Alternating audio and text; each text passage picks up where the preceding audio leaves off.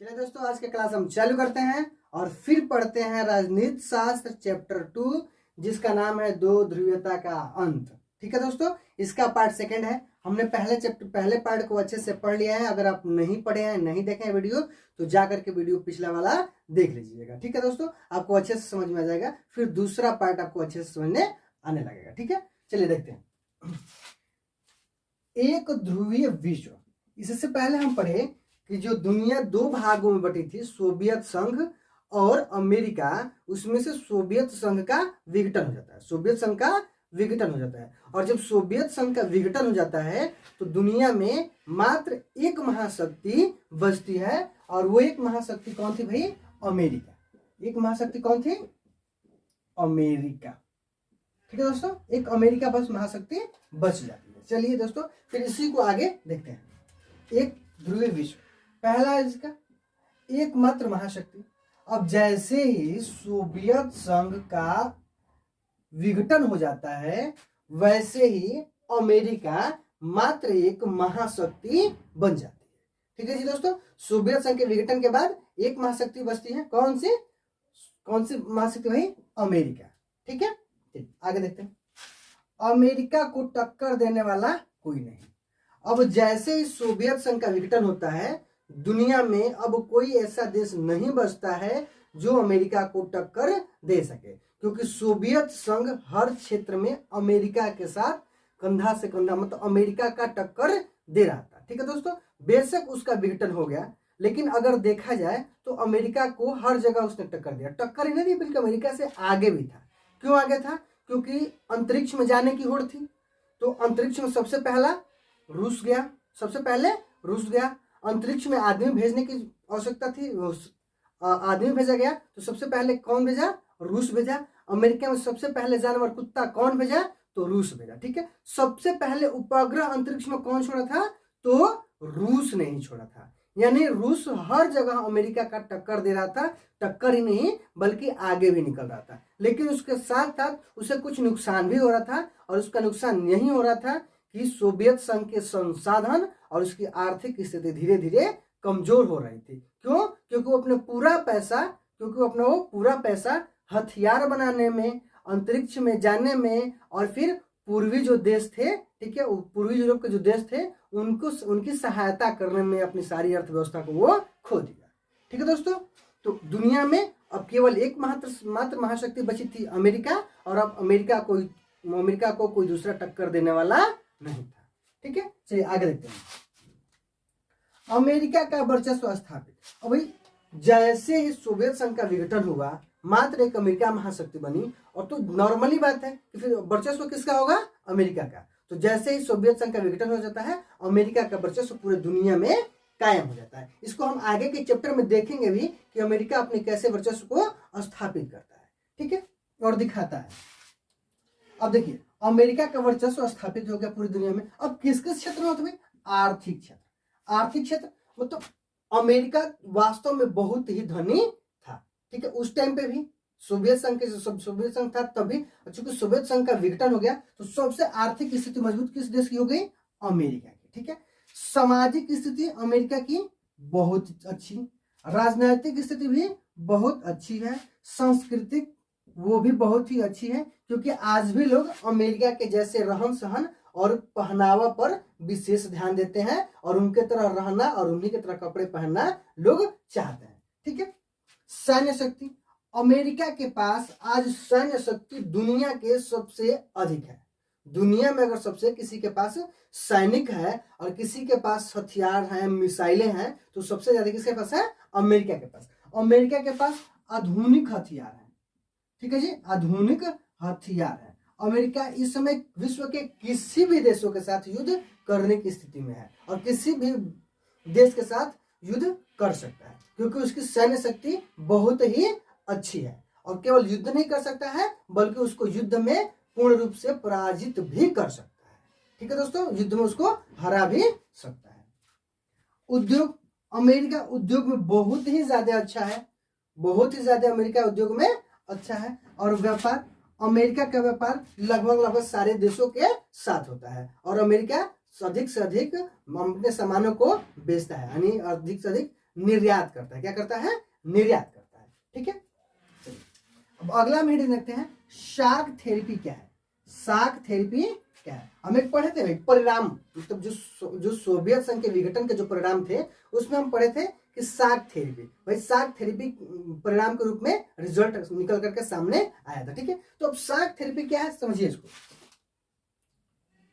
Soviet संघ के विघटन के बाद जब रूस मध्य एशिया के गणराज्य और पूर्वी यूरोप के देशों में साम्यवादी से पूंजीवादी की ओर परिवर्तन के मॉडल को ही शाक थेरेपी कहते हैं। अब ध्यान दीजिए, जो सोवियत संघ, ठीक है, सोवियत संघ के विघटन के बाद, सोवियत संघ के विघटन के बाद रूस, ठीक है, और मध्य एशिया के गणराज्य, मध्य एशिया के गणराज्य और पूर्वी यूरोप के जो देश थे, पूर्वी यूरोप के जो देश थे वो साम्यवादी व्यवस्था से हट करके, यानी साम्यवादी व्यवस्था को छोड़ करके पूंजीवाद व्यवस्था की ओर परिवर्तन करेगा, पूंजीवाद व्यवस्था को अपनाने लगे। और पूंजीवाद व्यवस्था को अपनाना यानी साम्यवादी व्यवस्था को छोड़ करके पूंजीवादी व्यवस्था को अपनाने को ही क्या कहते हैं, शाक थेरेपी कहते हैं। क्या कहते हैं? शाक थेरेपी। ठीक है, यानी साम्यवादी व्यवस्था से पूंजीवादी की ओर परिवर्तन करने का जो मॉडल था उसी को हम शाक थेरेपी कहते हैं। ठीक है, चलिए एक बार समझ लीजिए, सोवियत संघ के विघटन के बाद जब रूस, मध्य एशिया के गणराज्य और पूर्वी यूरोप के जो देश थे साम्यवादी से पूंजीवादी की ओर परिवर्तन के मॉडल को ही शाक थेरेपी कहते हैं। ठीक है दोस्तों, चलिए समझ में आ गया होगा। अब आगे देखते हैं शाक थेरेपी की विशेषताएं। शाक थेरेपी की विशेषताएं, तो शाक थेरेपी की विशेषताएं क्या हुई? तो देश में पूंजीवादी अर्थव्यवस्था का, अब जैसे ही जैसे विघटन हो जाता है और शाक थेरेपी को अपना लिया जाता है तो क्या होता है कि देश में पूंजीवादी अर्थव्यवस्था लागू हो जाती है, पूंजीवादी अर्थव्यवस्था लागू हो जाती है, क्योंकि शाक थेरेपी का मतलब ही है साम्यवादी व्यवस्था को छोड़ करके पूंजीवादी व्यवस्था को अपनाना, पूंजीवादी व्यवस्था को अपनाना। तो जैसे ही शाक थेरेपी की विशेषता क्या है? शाक थेरेपी की पहली विशेषता यही है कि पूंजीवादी व्यवस्था जो थी, पूंजीवादी अर्थव्यवस्था है, वो लागू हो जाती है। ठीक है, देश में निजी स्वामित्व का होना, और पूंजीवादी व्यवस्था का मतलब क्या है? निजी स्वामित्व, यानी किसी चीज पर व्यक्तिगत अधिकार, किसी चीज पर क्या हो? व्यक्तिगत अधिकार हो। पहले सोवियत संघ में क्या था? साम्यवादी था, यानी वहां पे हर चीजों पे सरकार का नियंत्रण था, हर चीजों पे सरकार का नियंत्रण होता था। लेकिन निजी क्षेत्र, यानी निजी क्षेत्र का मतलब ये होता है जैसे शाक थेरेपी अपनाई गई, ठीक है, पूंजीवादी की व्यवस्था अपनाई गई, तो पूंजीवादी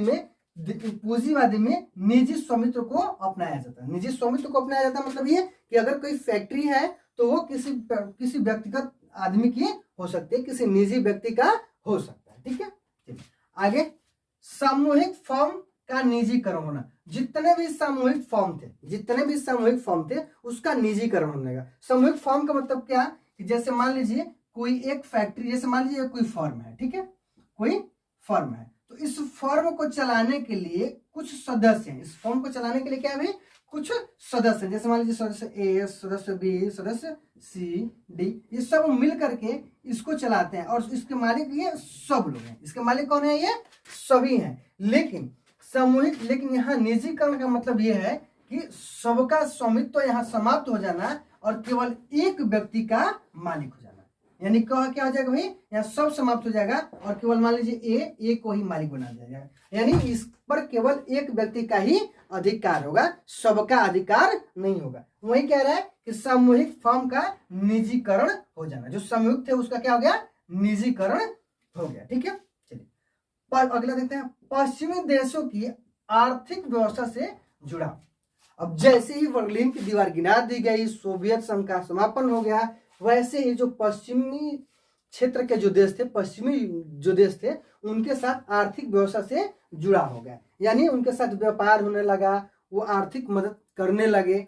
ठीक है, आगे देखते हैं, मुक्त व्यापार अपनाया गया। अब क्या किया गया भाई? मुक्त व्यापार अपना दिया गया। मतलब कहने का मतलब ये कि अगर कोई भी देश किसी देश में जाकर के वहां व्यापार करना चाहता है तो उसके लिए जो कर लगता है, जो टैक्स लगता है, उसको मिनिमम कर देना, उसको मिनिमम कर दिया जाए या बिल्कुल ही खत्म कर दिया जाए। ठीक है, इसी को क्या बोलते हैं? मुक्त व्यापार अपनाना। मुक्त व्यापार का मतलब क्या है? क्या, जैसे मान लीजिए रूस है, ठीक है, रूस देश है और रूस देश में कोई विदेशी आकर के यहाँ व्यापार करना चाहता है, कोई दूसरा जो देश है वो यहाँ करके क्या करना चाहता है? व्यापार करना चाहता है। जैसे मान लीजिए रूस है, रूस में यूक्रेन ही व्यापार करना चाहता है, ठीक है। तो अगर रूस में यूक्रेन आएगा तो पॉलिसी ये होती थी पहले कि यहाँ बॉर्डर पे यानी कर लगता था, क्या लगता था? सीमा कर, जिसको क्या बोला जाता था? सीमा कर, ठीक है, बॉर्डर टैक्स, ठीक है, बॉर्डर टैक्स लगता था। अब क्या किया गया कि इस टैक्स को ही हटा दिया गया, इस टैक्स को ही हटा दिया गया या बिल्कुल ही कम कर दिया गया। क्या कर दिया गया? बिल्कुल ही कम कर दिया गया। तो इसी को क्या बोलते हैं? मुक्त व्यापार। इसको क्या बोलते हैं? मुक्त व्यापार। अर्थात किसी भी देश का व्यक्ति या कोई भी देश उस देश में जाकर के आसानी से व्यापार कर सकता है, ठीक है। चलिए आगे देखते हैं, पश्चिमी देशों से व्यापार। अब भाई जब सोवियत संघ था तो पश्चिमी देशों से संबंध अच्छे नहीं थे। जैसे सोवियत संघ का विघटन हो गया, पश्चिमी देशों के साथ व्यवस्थाएं जो थी या जो संबंध थे वो धीरे धीरे अच्छे होने लगे, और जब संबंध अच्छे होने लगे तो उनके साथ व्यापार भी होने लगा। ठीक है दोस्तों, ये टॉपिक समझ में आया होगा आपको। चलिए एक बार और समझा देते हैं शार्क थेरेपी की विशेषताएं। तो शार्क थेरेपी की पहली विशेषता क्या हुई कि देश में पूंजीवादी अर्थव्यवस्था का होना, ठीक है। देश में क्या आ जाएगा? जो पूंजीवादी अर्थव्यवस्था है वही लागू होगी, क्योंकि शार्क थेरेपी का मतलब ही होता है कि साम्यवादी से परिवर्तन होकर के पूंजीवादी अर्थव्यवस्था को अपना लेना, ठीक है। चलिए अगला देखते हैं, देश में निजी स्वामित्व का होना। तो पूंजीवाद का मतलब ही है निजी स्वामित्व, पूंजीवाद का मतलब ये क्या है? निजी स्वामित्व, ठीक है। सामूहिक फर्म का निजीकरण होना। और वैसे ही जब भाई सब कुछ निजीकरण हो रहा है तो वैसे ही जो सामूहिक फर्म थे उसका क्या हो गया? निजीकरण हो गया, ठीक है। अगला है पश्चिमी देशों की आर्थिक अर्थव्यवस्था से जुड़ा। जो पश्चिमी देश थे यानी जो पश्चिमी यूरोप के जो देश थे, ठीक है, उन देशों के साथ जैसे सोवियत संघ का विघटन हो गया उनके साथ संबंध सही होने लगे, और जब संबंध सही होने लगे तो आर्थिक व्यवस्था से भी जुड़ाव होने लगा, ठीक है। मुक्त व्यापार अपनाया गया। तो मुक्त व्यापार वही कर मुक्त व्यापार को अपना लिया गया, अर्थात किसी भी देश का कोई भी देश उस देश में जाकर के आसानी से व्यापार कर सकता था, ठीक है। पश्चिमी देशों से व्यापार यानी जो पश्चिमी देश थे उनके साथ व्यापार अब होने लगा था, ठीक है दोस्तों। चलिए अगला टॉपिक देखते हैं। अगला टॉपिक है शार्क थेरेपी के कारण। भाई शार्क थेरेपी क्यों अपनाया गया? शार्क थेरेपी अपनाया क्यों गया? ठीक है दोस्तों, चलिए अब इसी को हम देखते हैं कि शार्क थेरेपी क्यों अपनाया गया था। तो शार्क थेरेपी का पहला जो पॉइंट है वो है कि आर्थिक रूप से पिछड़ेपन के कारण। आर्थिक रूप से पिछड़ेपन के कारण, ठीक है। रूस आर्थिक रूप से पश्चिमी देशों के मुकाबले काफी पिछड़ गया था, ठीक है, काफी पिछड़ गया था। और वहां की जनता इस बात को भली भांति जान चुकी थी कि जो सोवियत संघ है वह पश्चिमी देशों से काफी अर्थव्यवस्था में पिछड़ चुका है, ठीक है। इसीलिए सभी लोग साम्यवादी अर्थव्यवस्था को छोड़ करके पूंजीवादी अर्थव्यवस्था को अपना लिए, ठीक है। अगला देखते हैं भ्रष्टाचार के कारण। भ्रष्टाचार के कारण, अब भ्रष्टाचार के कारण क्या है समझिए। भ्रष्टाचार के बढ़ते कारण जिसमें क्या थे भी कि जो वहां की सरकारें थी वो बहुत ही दरिद्रता पे उतर आई थी। यानी क्या, जो वहां की सरकारें थी वहां की जो जनता थी, जनता का वो लोग शोषण कर रहे थे। क्या कर रहे थे? शोषण कर रहे थे। जो वहां के सरकारी कर्मचारी थे वो जनता का शोषण कर रहे थे, जिससे कि जो वहां की जनता थी वो काफी रुष्ट थी, और इसी के परिणाम स्वरूप शार्क थेरेपी को अपना लिया गया और सोवियत संघ का विघटन भी हो गया, ठीक है। अगला है संसाधनों का गलत उपयोग। संसाधनों का गलत उपयोग। संसाधनों का गलत उपयोग क्या है? देखिए, सोवियत संघ अमेरिका के मुकाबले खड़ा होना चाहता था, अमेरिका से आगे निकलना चाहता था, और अमेरिका से आगे निकलने के लिए सोवियत संघ अपना पूरा संसाधन खर्च कर दिया, अपने पूरा संसाधन और पैसा खर्च कर दिया, जिसके कारण जिन वस्तुओं का सोवियत संघ निर्यात करता था अब उन्हीं वस्तुओं का आयात करना पड़ा। उन्हीं वस्तुओं का क्या करना पड़ता था? आयात करना पड़ता था। और जो वहां की जनता थी, जनता की जो बेसिक नीड्स, जो बेसिक जरूरतें होती हैं, उनको भी अब सोवियत संघ पूरा नहीं कर पा रहा था, ठीक है। आगे देखते हैं गोर्बाचेव की नीति, गोर्बाचेव की नीति, देखिए ध्यान से देखिए, गोर्बाचेव ने सुधार की नीति को अपनाया। गोर्बाचेव ने क्या किया भाई, सुधार की नीति को अपनाया और अपनाने का प्रयास भी किया, लेकिन साम्यवादी दल के जो नेता थे वो गोर्बाचेव से नाराज हो गए। वो गोर्बाचेव से क्या हो गए भाई, नाराज हो गए, जिसके कारण वो सब लोग रुष्ट थे, और ये एक बहुत बड़ा कारण था शाक थेरेपी को अपनाने का। ठीक है, और ये शाक थेरेपी को अपनाने का बहुत बड़ा क्या था, कारण था। ठीक है, जो गोर्बाचेव वहां के कम्युनिस्ट पार्टी के जो अध्यक्ष थे, ठीक है, उन्होंने क्या किया, और बाद में जाकर के वहां के प्रेसिडेंट भी बन गए। ठीक है, तो इन्होंने क्या किया कि वहां की जनता को थोड़ी छूट दे दी, किस चीज की, बोलने की, ठीक है, अपनी बात रखने की, और ये सबसे बड़ी उनकी गलती साबित हुई, और ये भी बहुत इंपॉर्टेंट कारण हो जाता है शाक थेरेपी को अपनाने के। ठीक है, अगला क्या है, साम्यवादी दल की तानाशाही, साम्यवादी दल की तानाशाही। ध्यान से देखिए, सोवियत संघ में सोवियत संघ जो था, सोवियत संघ में जो शासन की व्यवस्था थी, जो शासन की शक्तियां थी, वो मात्र एक पार्टी के पास थी, और वो थी सोवियत संघ की कम्युनिस्ट पार्टी। सोवियत संघ की जो कम्युनिस्ट पार्टी थी उसी के पास सब कुछ था। ठीक है, क्योंकि वहां एक ही राजनीतिक दल था, दूसरा कोई दल था नहीं, वहां के लोगों के पास बोलने का अधिकार नहीं था, वहां के जो प्रेस थे, जो वहां की मीडिया थी, वो वही चीजें छापती थी जो वो लोग चाहते थे। ठीक है, तो जो वहां साम्यवादी जो वहां की जो पार्टी थी, ठीक है, साम्यवादी जो दल थी कम्युनिस्ट पार्टी, उसकी जो तानाशाही थी वो भी ले डूबी सोवियत संघ को, वो भी क्या की, सोवियत संघ को ले डूबी। यानी ये भी बहुत इंपॉर्टेंट महत्वपूर्ण कारण हो जाता है सोवियत संघ के विघटन का और शाक थेरेपी के अपनाने का। ठीक है, अगला है सीमित नागरिकों का अधिकार, सीमित नागरिक अधिकार। जो नागरिक थे उनके सीमित अधिकार थे, उनके अधिकार जो थे वो सीमित थे। ये भी एक बहुत इंपॉर्टेंट महत्वपूर्ण कारण हो जाता है शाक थेरेपी को अपना लेने का, क्योंकि सब कोई चाहता है आजादी, और वहां की जो जनता थी, जो बिल्कुल जनता थी, आम जनता, उनके जो अधिकार थे वो बहुत ही सीमित थे। अधिकार क्या थे भाई उनका अधिकार यही थे कि वो मेहनत करेंगे, काम करेंगे, उनके पास रोजगार भी कम हो गए थे अब धीरे धीरे। अगला टॉपिक है शाक थेरेपी के परिणाम। शाक थेरेपी के बाद क्या परिणाम निकल करके सामने आए, शाक थेरेपी के बाद क्या परिणाम निकल कर सामने आए। पहला परिणाम देखते हैं, तो पहला परिणाम था अमीरों और गरीबों के बीच तीखा विभाजन। अमीरों और गरीबों के बीच बहुत ज्यादा विभाजन हो गया था। ठीक है, अमीर और अमीर होते गए, और जो गरीब थे वो और गरीब होते गए। क्या कारण था इसका कारण ये था कि जैसे ही निजीकरण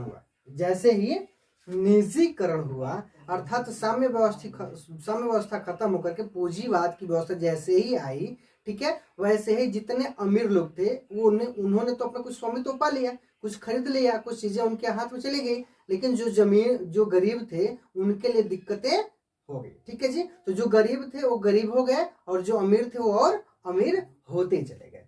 ठीक है, और एक बहुत बड़ा विभाजन था जिसमें गरीब गरीबी रह गया और अमीर अमीर हो गया। ठीक है, अमीरी और गरीबी में ज्यादा बड़ा फर्क आ गया।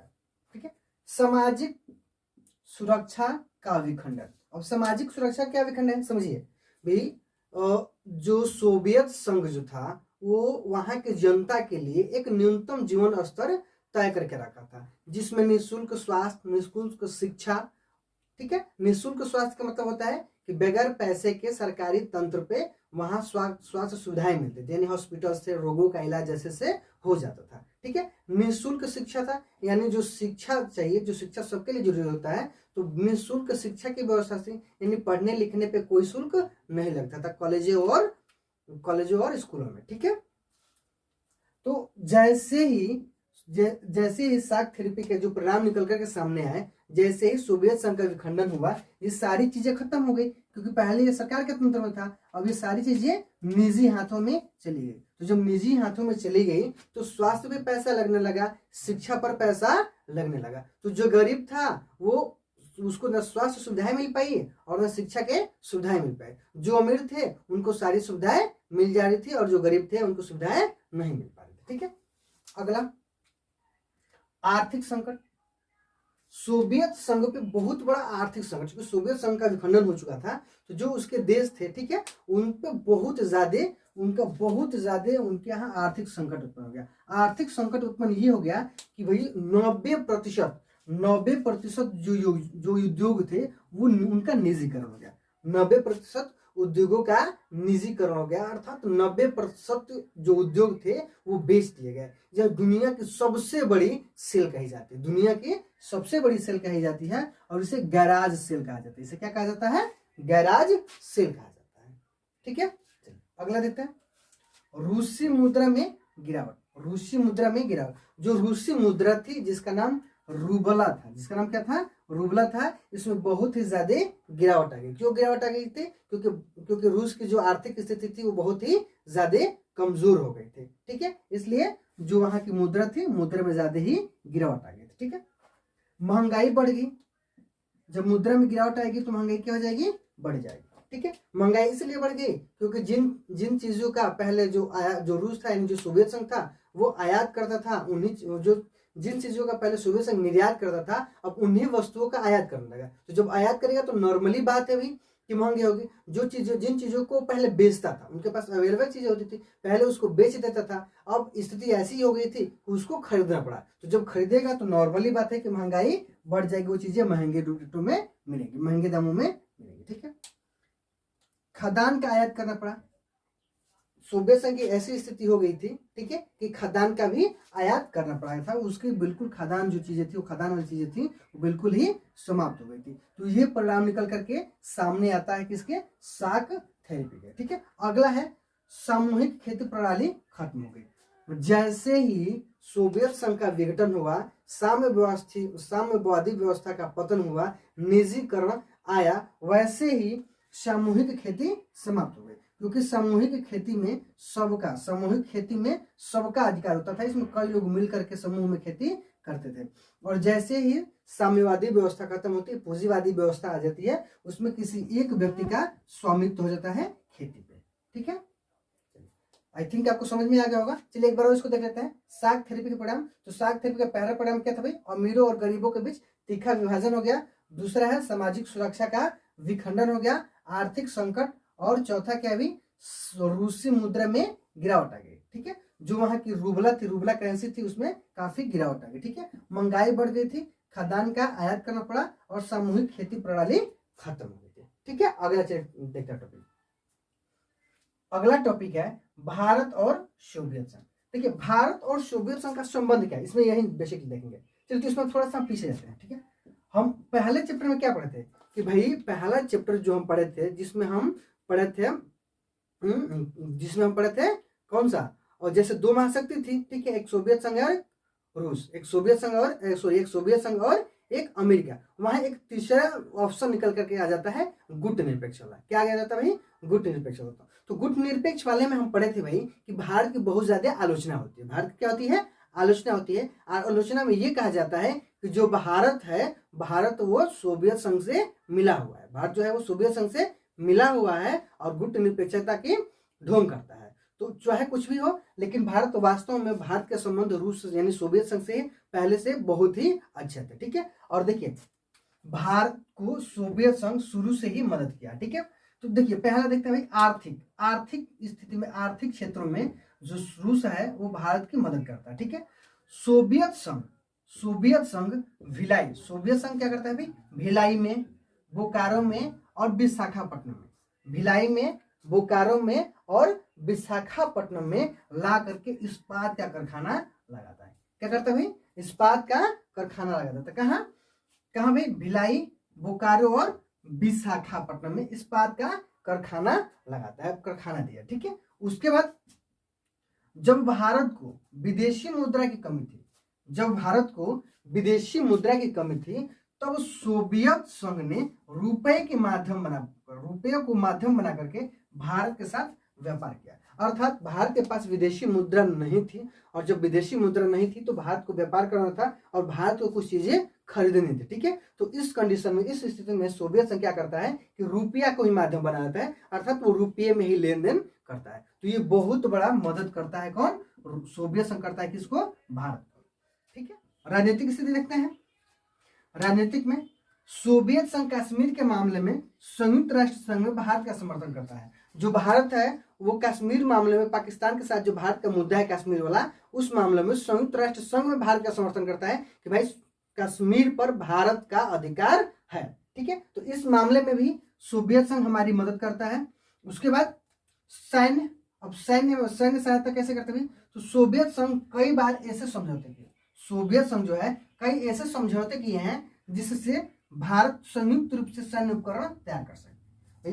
रूस और भारत के कई सारे ऐसे समझौते हैं जिसमें क्या करता है कि रूस और भारत दोनों मिलकर के सैन्य उपकरण तैयार करता है और इसके माध्यम से भारत भी सैन्य उपकरण तैयार कर लेता है और भारत के पास भी सैन्य शक्ति अच्छी हो जाती है। हथियार जैसे मान लीजिए कोई राइफल हो गई, कोई बढ़िया बढ़िया मिसाइलें हो गई या टैंक्स हो गए, इन सब का निर्माण भारत कर लेता है। किसकी सहायता से? तो रूस की सहायता से। ठीक है।